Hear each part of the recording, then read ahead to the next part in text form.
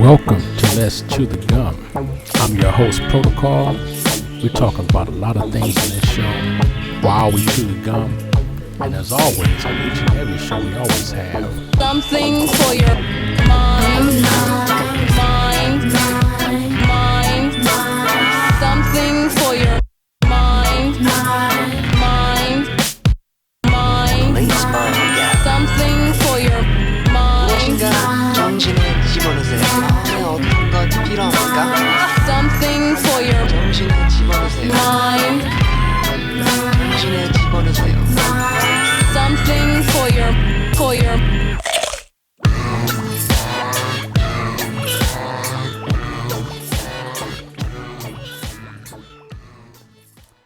Welcome back to this edition of Let's Chew the Gum. I'm your host, Protkall. This is Let's Chew the Gum, the podcast where we talk about everything from A to Z. Today we have a special show that's being recorded actually after midnight. Normally we don't record this late, but these are unusual times. My guest today is Ruthemma Rush, a K-2 special ed teacher in Southern California in the Redlands Unified School District. She's also been a French and Spanish teacher with some interesting programs for students. Today we're going to be discussing distance learning for the younger kids, and we're going to have hopefully an insightful conversation that you'll enjoy. So let me just go ahead and bring to you Ruthemma Rush. Hi, Ruthemma. How are you? I'm doing great, except for the fact that I'm still awake. Still awake? Yeah. We're both still awake, and I'm calling this, sort of the Cinderella episode because it's near midnight. We're not going to expire or turn into pumpkins and things like that, but hopefully this will be a glass slipper episode. You like how I slipped that in there, Cinderella, glass slipper.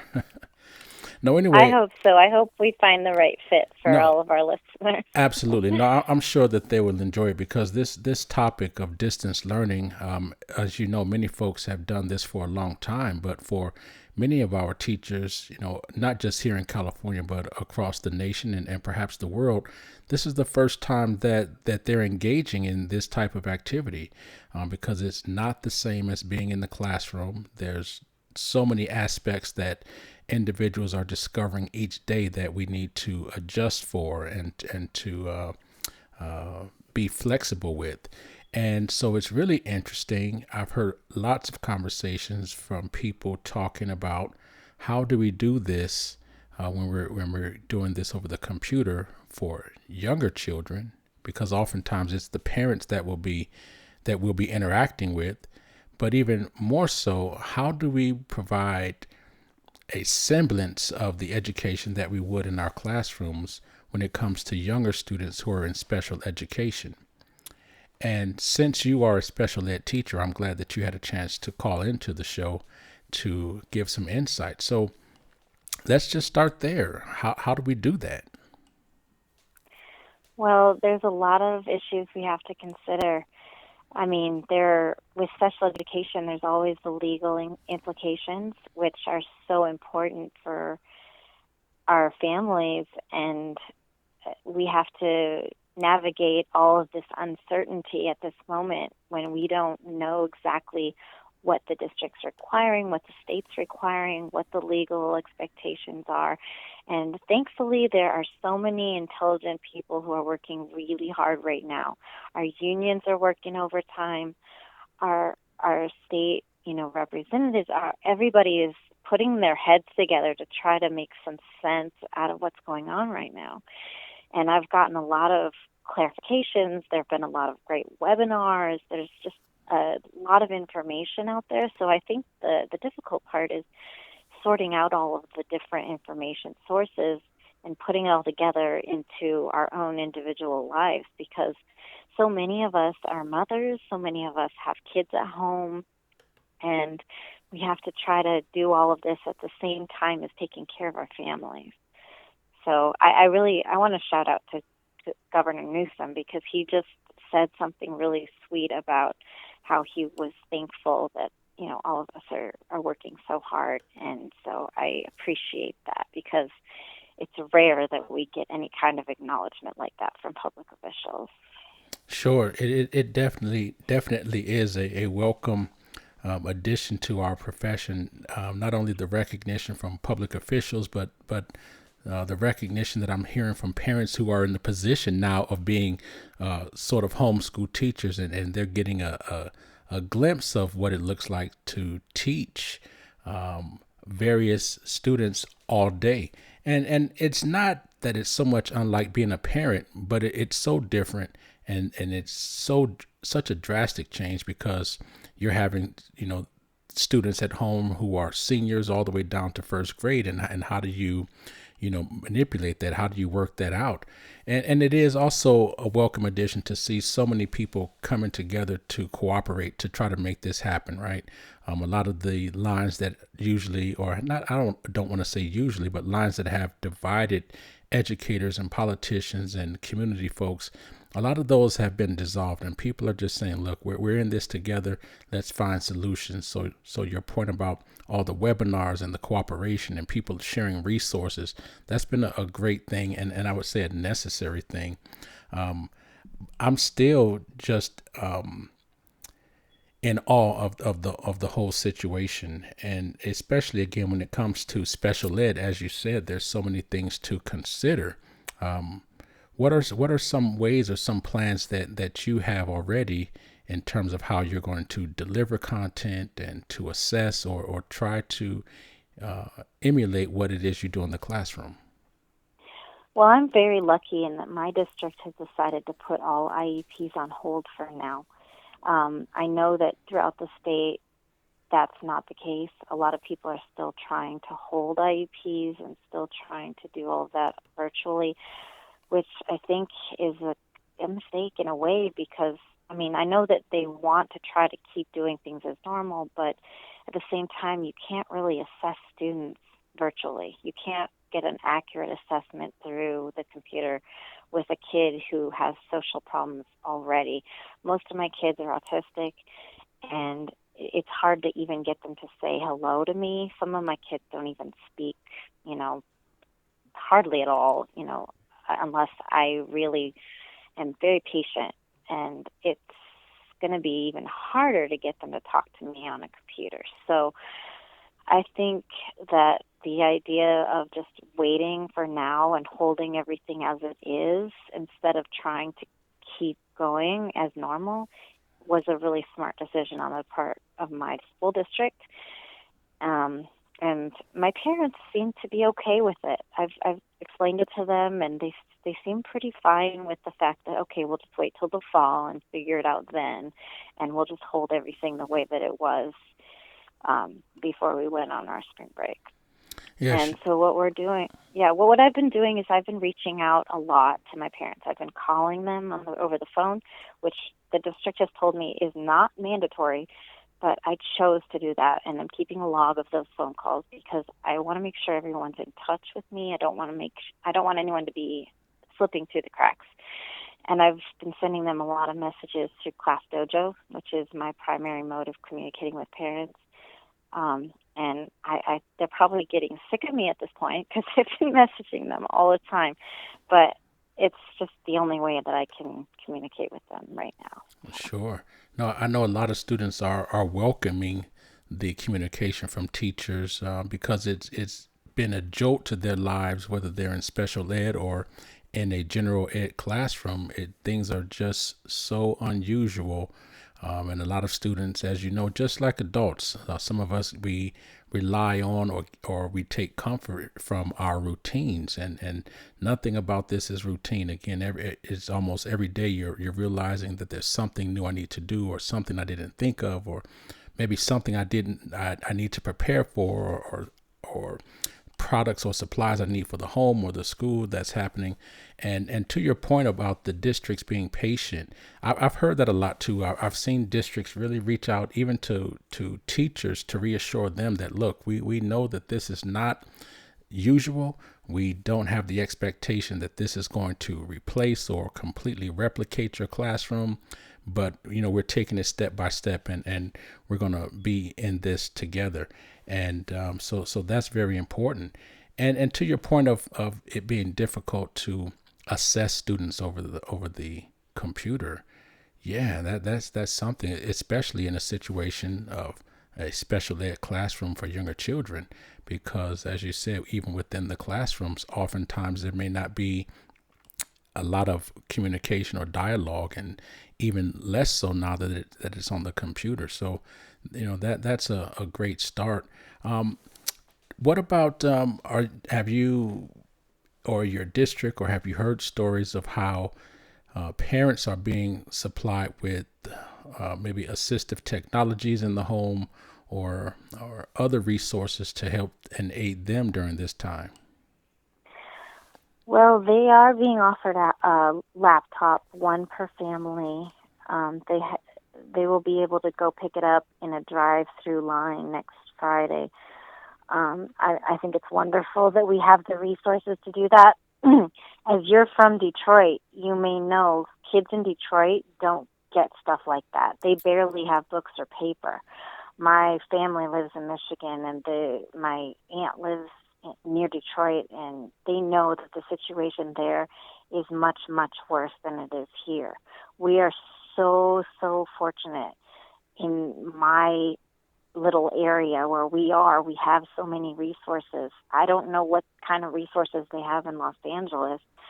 I shudder to think about all the kids that are being just completely left off the grid because they might be homeless, or they might be in a situation where they don't have access to their basic, safe needs, or families where there's, 10, 15 people living in a tiny little apartment in inner cities. So my heart goes out to those families and those teachers, because they are struggling so much more than I am. I'm so fortunate that my kids have really wonderful family situations. Their parents are working really hard, and I know that they're going to be okay. So, I'm in a really good place compared to some other people. Yeah, definitely. It definitely is all relative. I was speaking with a colleague just the other day about that, the equity issues of this. And later on this week, in an upcoming podcast, we're going to have a couple of guests where we're going to talk about this issue of equity. And you're right, there's some areas, again, Detroit and just so many areas. I mean, we couldn't even name them, that are not prepared for this in terms of providing resources for the homes, or rural areas where there's not sufficient internet access. And I just I think it's also great that some of the companies, the tech companies, are coming out offering free resources, and some of the districts providing hotspots for students that don't have Wi-Fi service, because again, this is unprecedented in our lifetime. And so the response that's coming forth, and the ways that we're going about it, I think on the other end of this, whenever that is, this has definitely been great for preparing for that. How do we ensure equity and access for all students? If one laptop per family, it's a start. But if when you have families where there's 5, even 3, 2, 3, 4, 5 kids or more that are going to schools in the district, and one per family, I mean, it's a start, but it's an indication that we may have to prepare ourselves to do more. Well, it's more than kids in other parts of the world are definitely getting. But I also think that we have to be really creative. I know that some principals or some districts might really frown on this, but I went out on a limb and I printed off a bunch of workbooks and materials and hand delivered it to my students. I felt like I had to, because some of them don't have computers at home, and they're not going to get a computer until next Friday. And that's 2 weeks where they're sitting at home with their moms and dads going, what am I supposed to do all day? So I wanted to give them something, something physical that they could do. And so I was very cautious. I used gloves. I was very careful. I gave them art supplies. I gave them paints. I gave them paper. I gave them pencils. I just wanted to make sure they had something. And I know that this isn't possible if you're, for example, if you're a high school or a middle school teacher and you have 150 students or something like that, there's no way you're going to be able to do something like what I did. But I'm just that's an example of how we gotta think outside the box. You might have paraeducators or assistants or somebody else in your family that can help you do something. Our school is trying to plan we're gonna get bags of groceries and decorate the bags, and we're going to be very safe about it all, but we were thinking of ways that we could just reach out to the families.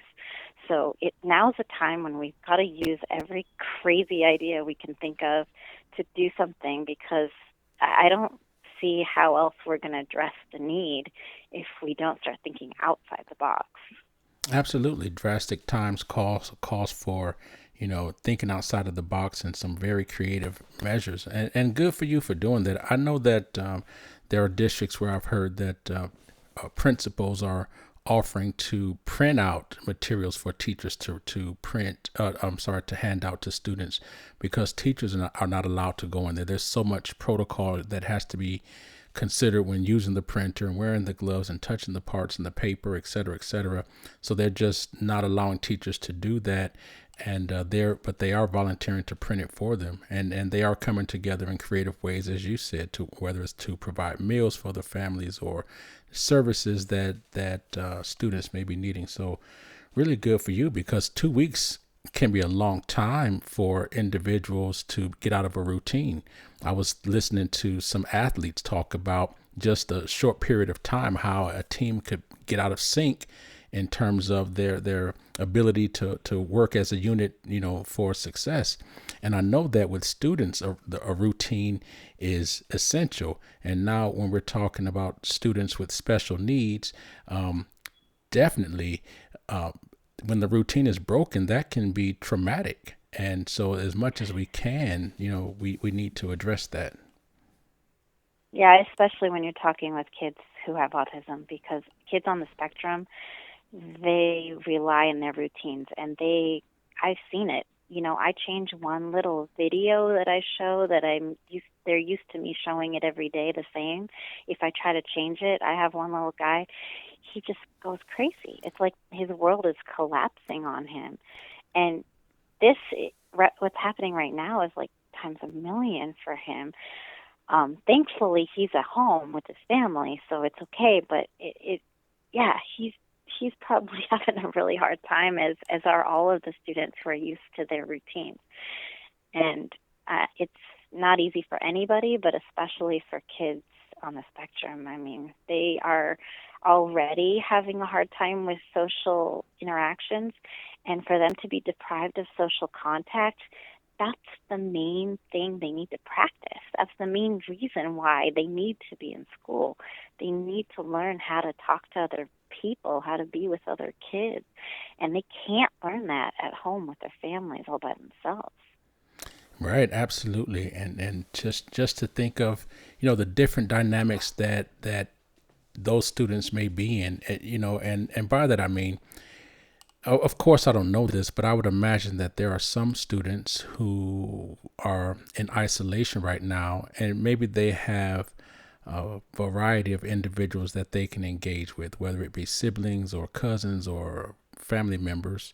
And there may be others who are in single parent homes, or maybe they're the only child. And so there's going to be so many different levels of interaction that these students are able to have. And I imagine that it's that way even prior to this social isolation that we have. But the fact remains that, when students are in a program and they have their IEPs, and teachers and the aides and assistants are addressing the issues and the needs that the students have, those routines help those students to develop and to progress. And like you said, without it, it's just remarkable. And in this situation, we can only do what we can do. So I'm just thankful for everybody in the field of education, and just in general. I mean, that doesn't exclude anyone else who's working right now to help this along. But since we're talking about education, I'm just so grateful for the people that are stepping up and, as you said, thinking outside the box and finding innovative ways to engage and to help. Me too. I'm very grateful, and I definitely don't feel alone at all. There's a huge community of teachers that are doing exactly what I'm doing right now, and they're all amazing.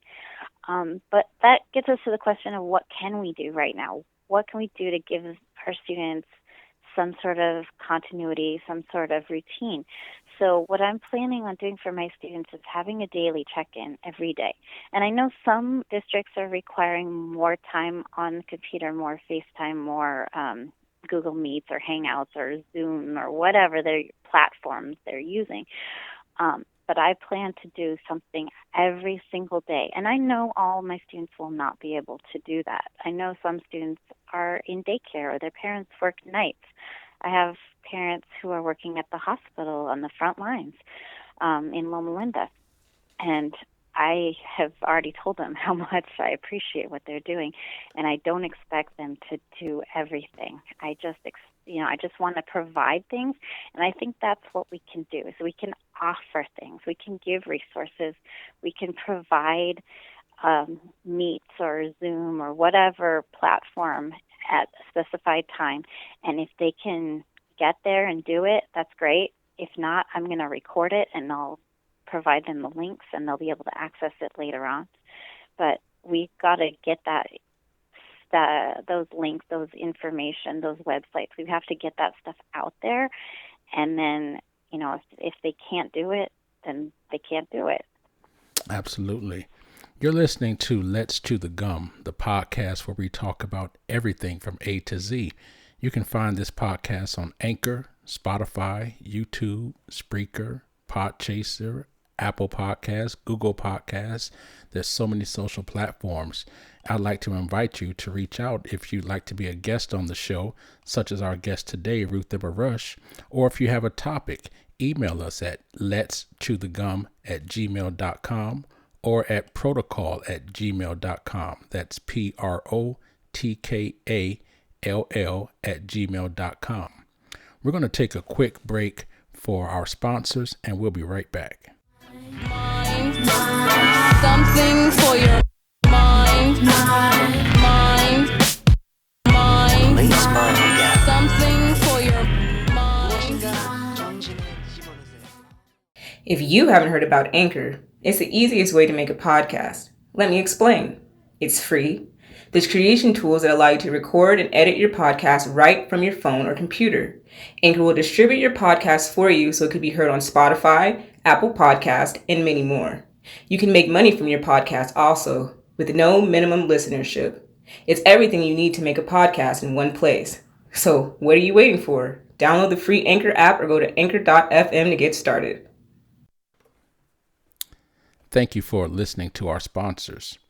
We're back with Ruthemma Rush, K-2 special ed teacher in the Redlands Unified School District, and we've been talking about distance learning for the younger kids. Ruthemma is a K-2 special ed instructor, and we're so glad to have her on the show today to discuss issues related to distance learning in the younger folks. And right now, we want to focus on really what are some practical solutions that we may address or that we see or that we can implement. And because you're the special ed teacher, I'm going to sit back and listen to you talk about that. Well, I think there's a lot we can do behind the scenes as far as communication. We need to make sure that we're staying in touch with other teachers, with our grade level teams. I know there's a lot of special ed teachers out there who don't have their own class, but who are push in or pull out support. And so we got to stay in touch with the other general education teachers. I know my particular class, half of my students are mainstreamed for at least half an hour, sometimes up to 2 or 3 hours a day, which is almost half or more. And so it's going to be on me to make sure that they're plugged into all the same resources as all the other general education students. Because as a special education teacher in a mild, moderate setting, which I am, I have to make sure I'm offering them the same curriculum as every other student. Now, if you're a mod severe special ed teacher, then you have your own, modified curriculum. So that's kind of a different situation. But Now, the big question is, how do we address those kids who can't read or who are so little that they can't use the technology on their own? That, unfortunately, relies a lot on the parents, and hopefully those parents are going to be able to, step in and help them out. But I think a lot of parents are willing to do that, and will find a way to do that somehow right now because they know how important it is. And so thank you to those parents who are taking that huge burden on right now in such a difficult time. I really can't imagine what that would be like. My kids are old enough that they know how to use the technology without a whole lot of guidance. And so it's just a huge thing that we're asking parents to do right now. And most of them are really willing to partner with us and to accept the fact that we don't know what we're doing either. And we're all working on this together as a team, which is very encouraging. Yeah, but I think that the biggest thing that we can do is try to make things fun, because those kids need play-based education. In our classrooms, we're used to playing games. We're used to using puzzles. We're used to drawing pictures. We need to continue to do that in a different way. Use online computer programs if that's available to you.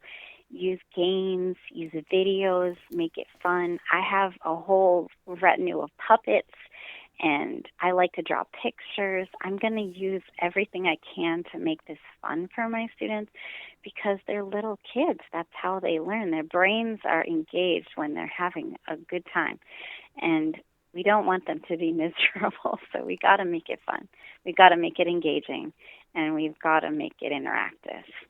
Absolutely. I think that's so important for our students, because they're going to need that support for their social emotional learning as well. I mean, for some people this is tragic in a lot of families, and if as much as we can normalize it, or if it's just a few hours of the day that we can help students to be distracted from the noise that's going on about this virus and this new way of approaching life, I think that's going to go a long way. And that's for students of all ages.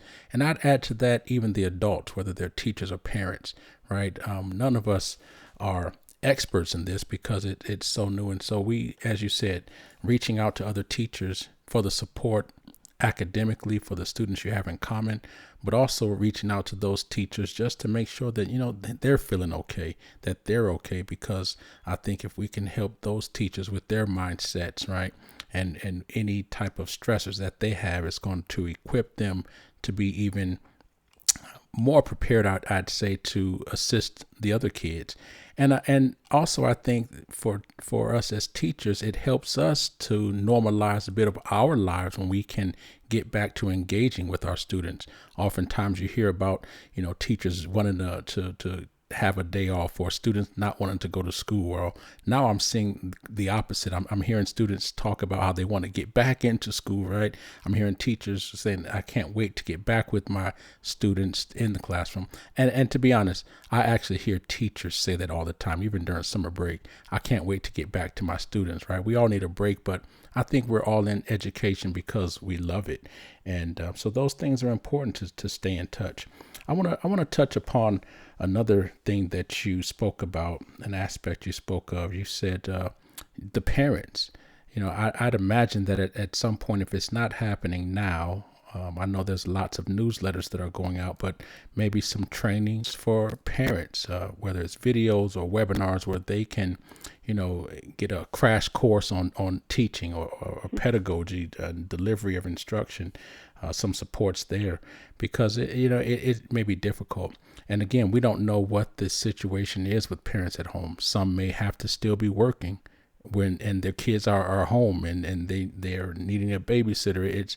Everything is so dynamic that there's no one solution that's going to cover everything. So the idea of supporting, being in touch, and doing a needs assessment for teachers and parents, I think is going to go a long way.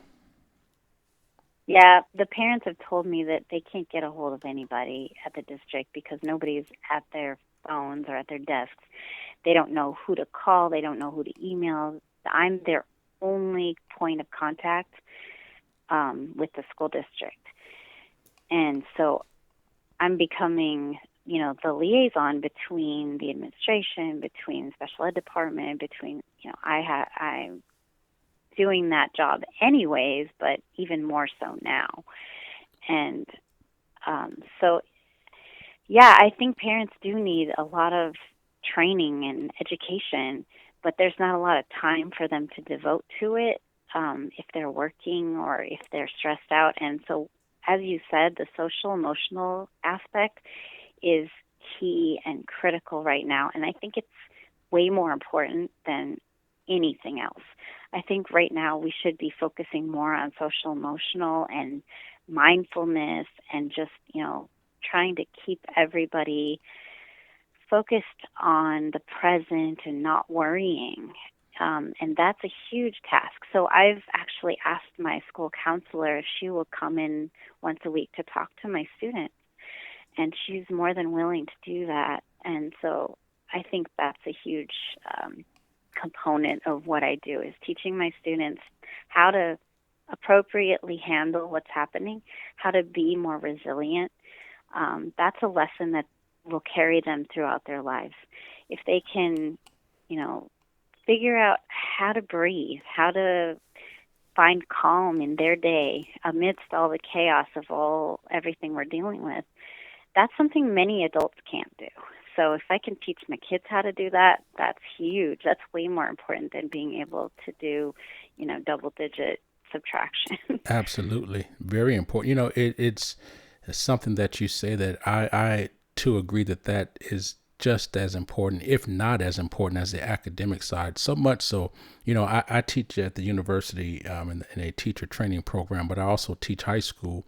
And one of the things that I began to adopt early in the year was a period of mindfulness each day. And some folks thought, isn't that, taking up too much time? Because maybe we may do 5 to 10 minutes of mindfulness activities where we're just quiet. Sometimes it's dark. There may be music or nature sounds, and we just breathe and we kind of release the tension from the day. And students really appreciated it. Right? They really appreciated just that time to have to just sit back and breathe, to reassess, to turn off the noise, and then refocus. And what I found was that they were more productive. They were more engaged because they were able to clear out all the junk, all the noise, and just stresses from the day, whether it was at home or another class or relationships. I have seniors in high school or just whatever it may be. And so it went a long way. So that little bit of time that we took away from the class period, it paid dividends in terms of the amount of time that they were engaged and that their minds were clear to actually focus on the lessons that we had. And I was thinking about my students during this time off, also about mindfulness and really knowing, because of the feedback that they give me, that they're missing that. And I hope that, as you said, those are skills that they can take with them. I hope that with all the practice that we've done, that they're still engaging in that and having just those minutes. I tell them, if it's just a couple of minutes in a day, a few times a day, that you can, just go into your quiet space and clear out the noise. So I hope that they're continuing that. So important. Absolutely. And I think that the most important thing when we have any FaceTime with them, if we do on a computer, that we need to encourage them to share how they're feeling and how they're doing before we move on to the academic pieces, because that's going to be a dynamic. As you said, it's going to be dynamic. It's going to change. And they all have different situations. They all have different issues. And we have been a constant in their lives since the beginning of the school year. We know our kids. They know us. And we have a relationship and a rapport with them. So we may be the one person that they might be able to talk to about certain things. And we have to continue to be that sense of stability and continuity for them right now more than ever. Yeah, absolutely. That is so true. You know, I'm just sitting here, just as we're talking, just thinking about different scenarios. And I don't know if we talked about this before we came online or whatnot, but just students that may be homeless, students that are in uh, just different situations that we have not considered. I know myself in high school, I was homeless for a period of time, and just thinking back to how would my life be if I had to keep up with my schoolwork. It was hard enough being homeless and going to school every day or whenever I could, which was more than frequently, but just this idea now of distance learning and knowing that there were many teachers who sometimes were the only stable thing in my life on a daily basis, the one thing that I could count on, right, is in terms of stability and structure, and with that being absent, right. So I think when this is over, and I'm glad you said it, we need to ask them each time, how are you feeling? I have a chart that I have where they can sort of, and I know they use it a lot in elementary, but I still use it in high school. A chart that just simply, hey, how are you feeling? They can point to it or they can draw the picture. And as you know, that helps for them just to be able to emote or to express what it is they're feeling. Just it helps to bring them to be a part of the community, that they know someone else is concerned about that, and they get a chance to express and let that out. So I was going to say, I think when this is all said and done, there may be a period of time where we need to have some, support services, mental support services, not only for students, but for teachers as well, because it's a traumatic, life-altering situation. And I'm also looking forward to the good that may come from this, right? There's a lot of good that we can do in this situation. It's still fairly new, and it's uncertainty, but as we get into it more and we find out different ways to solve problems and address issues, maybe there's some good that's going to come out of this. Well, our school systems have been in a period where we've been moving towards increasing our testing and reducing our play time and reducing all of our enrichment, such as art and music. Things have become even just more and more rigid. And so right now, everything's just being blown out. There's no state testing happening this year. Everything's completely changing. We're having to start from basically scratch. And it may not be a terrible thing at all, because now's a good time for us to step back and reanalyze what we've been doing and think about what's essential, what's really, really important, and what do we need to do, and what is just, busy work, what's just been ridiculous and unessential. And I think we're being given a lot of leeway right now. We're able to ask really difficult questions at the same time, and hopefully, I agree with you. I'm very optimistic that some really good things are going to come out of this. For sure, we're all going to be way, way better at the technology. I am so lazy when it comes to technology. I hate learning anything new. And so I haven't set up my Google Classroom. That was just, I thought that was a silly thing to have to do for a kindergartner. But now I'm realizing, okay, maybe I should have spent more time on this before. And I'm being forced to now, and that's not a bad thing. No, not at all. I mentioned earlier in this show that I know there are some teachers who are not used to this, and personally, I've been using the online platform for quite a while for students that may have been on independent study, or just for students that may not be able to attend class. I've always tried to make things accessible and available to them, so it's not a difficult transition for some. But I definitely understand how difficult and intricate it can be for others who haven't. It reminds me right now, before the public school systems shut down, the university where I teach, we transitioned to distance learning. And so I'm doing all this online with my students. And I had one of the students, they all had to deliver their lessons, that they had to plan lessons in a unit and deliver them. Well, they had to do it online now, and everything was distance learning. And one of the students was she wasn't up in arms, but she was concerned that she thought, wow, I'm not used to doing this online, and I don't know how to do this, and we shouldn't have to do this because I'm not going to be an online teacher. I'm going to be in the classroom. And I said, wait a minute now. I said, many of us are online teachers already, and that may be a component that you may have to, implement in the future. So this is not bad practice for you.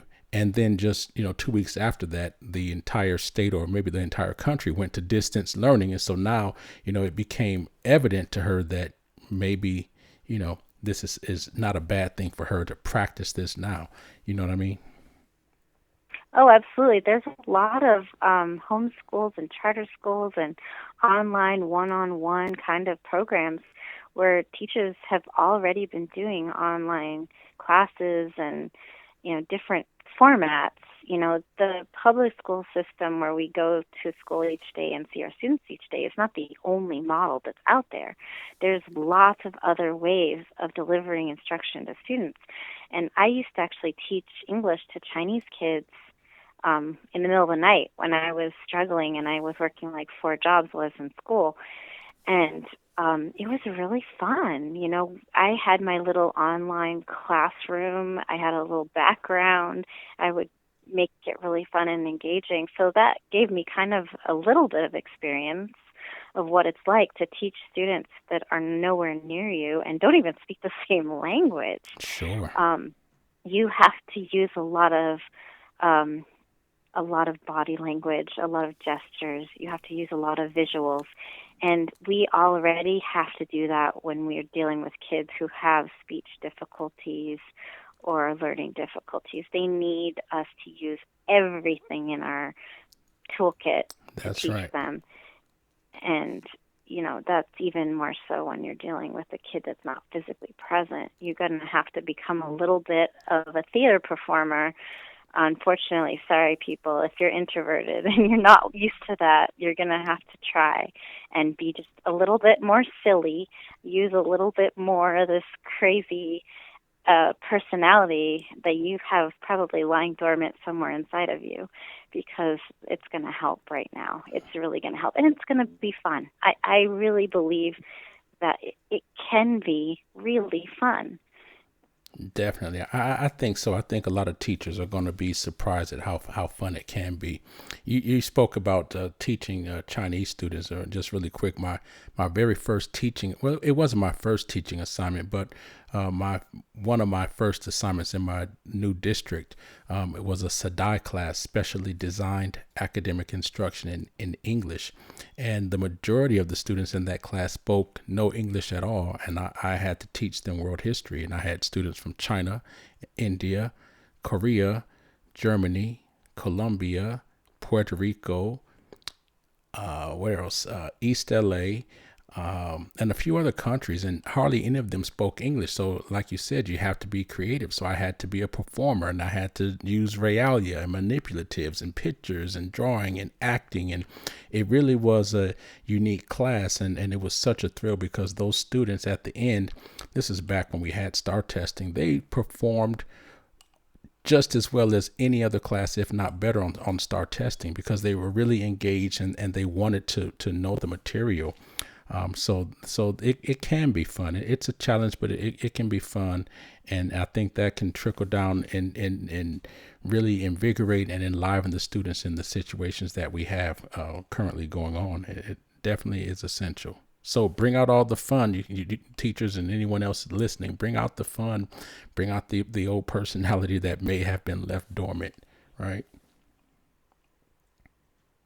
There's a lot of really good things about distance learning, too. I mean, we don't have to deal with our kids needing to go to the bathroom or us needing to go to the bathroom. We don't need to deal with, them having accidents or anything of that nature. We don't have to clean up after them anymore. So, there's a lot of positives to look at. It's hard to look at the positive right now because we're all kind of in shock. No, it is hard. It is. No, but I think go ahead.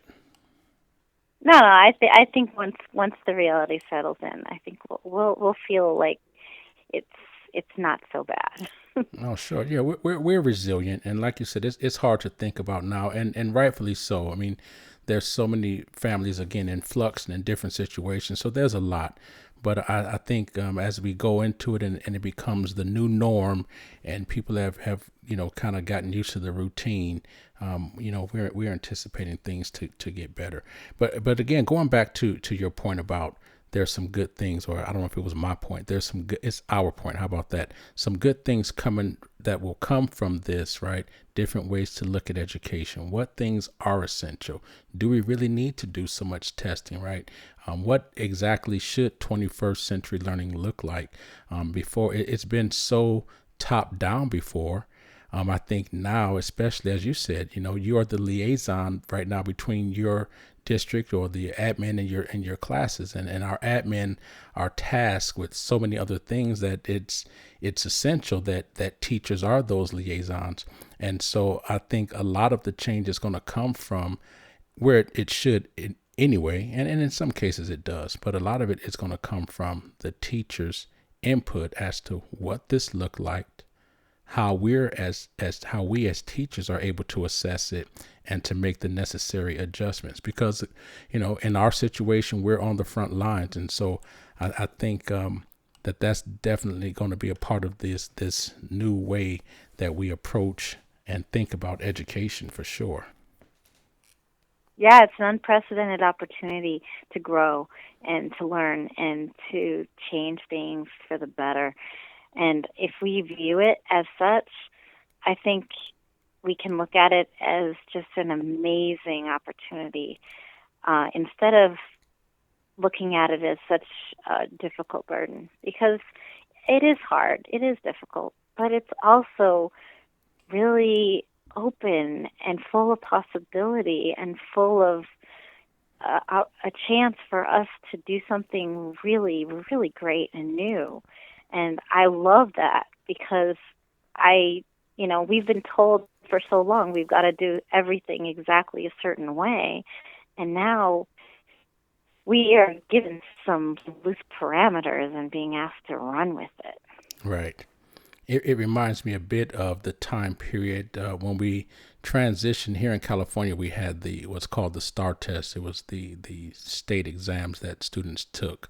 And when we transitioned from that to Common Core, there was a period of time, at least for in social science, where it was new territory and it was uncharted, and you really got a chance to be creative and really got a chance to teach and express the love that you have for your subject area before things became a little bit more regimented, which is where we started to go again. And now this dynamic is going to shift that again to where, as you said, you really get a chance to be innovative. And I just, again, hope that our educational leaders and decision makers and other stakeholders take heed and listen to the teachers and reflect upon the students' experiences to really transform our system. We're about at the end of our show, but I really do want to say that I appreciate you coming on to the show and sharing some information. And I just want to give an opportunity, if you have any last items you'd like to share with our audience, or topics or that you want to throw out there. Well, I like what you said about the love, because we do what we do because we love it and because we love our students. And that's ever so apparent at this time right now. And so I just want to encourage everyone out there that's listening to continue to do what they do with so much love. And that love will be enough. Don't be too hard on yourselves, because we have to give each other a lot of leeway at this time. And if there's anything I can do to help, I'm always.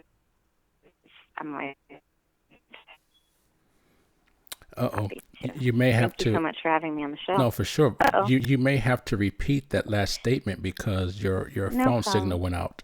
We heard you say to continue to do it with love and to give yourself a pat on the back, and after that it kind of tapered off. So if you can repeat that last portion for our audience. Oh, okay. Well, thank you so much for having me on the show, and continue to work hard every day and do what you do, and give yourself a a little slack right now because it's not easy, and what you're doing is a lot more than you signed up for. And if there's anything I can do to help, I'm always happy to. That's so very much appreciated.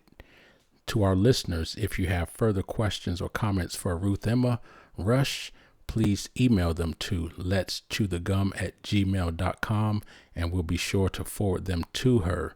You've been listening to Let's Chew the Gum, the podcast where we talk about everything from A to Z. You can find our podcast right here where you're listening, or also on Spotify, YouTube, Spreaker, Apple Podcasts, Google Podcasts, Anchor, and so many other social platforms. Hit us up on Instagram, Facebook, Twitter, Hellonis, and others. We thank you so much for listening. We ask that you come back next time, and remember, we always have